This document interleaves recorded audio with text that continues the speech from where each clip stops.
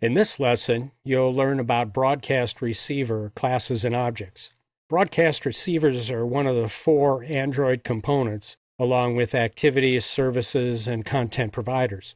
The process of sending, managing, and receiving broadcasts works like this. Broadcasts can be sent by either the Android operating system or user applications. There's a series of different send broadcast methods used for different types of broadcast circumstances.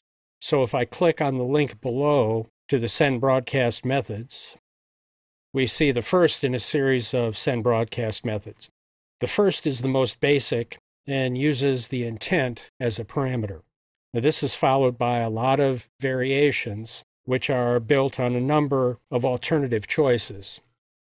Some of the variations are shown here as user, ordered, sticky, and receiver permission.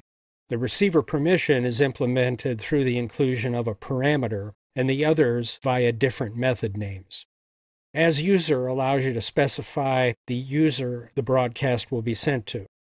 Ordered delivers the intent to receivers one at a time. Sticky allows the intent to stay around after the broadcast is complete. And receiver permission allows an optional required permission to be enforced. And a simple example of a send broadcast using a custom intent is shown here. First, the intent is instantiated. An action for the intent is specified. In the example here, I've used com.donkcowan.specialaction. And finally, the intent is sent via send broadcast. The intents sent by send broadcast methods are managed by the Android operating system. There are 2 groups, standard and custom. If we click the link below, we see the developer's website page for intents. If we scroll down, we see the list of standard activity actions.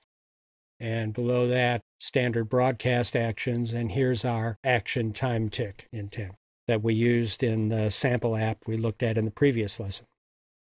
For an example of sending a custom intent broadcast, see the example on our Sending a Broadcast graphic. And for more information on intents, please review this page with the link here from the developer's website and also our previous lesson on intents. Broadcasts can be received by any broadcast receiver with an intent filter to catch their intents. We saw the code for a broadcast receiver for the action time tick in our previous lesson.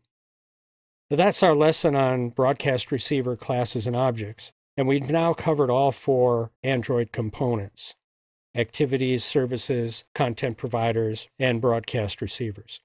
We've also addressed key topics such as the manifest, intents, listeners, threads, and asynchronous tasks. And together, these form the operational foundation for exploring additional Android capabilities in the chapters and lessons ahead.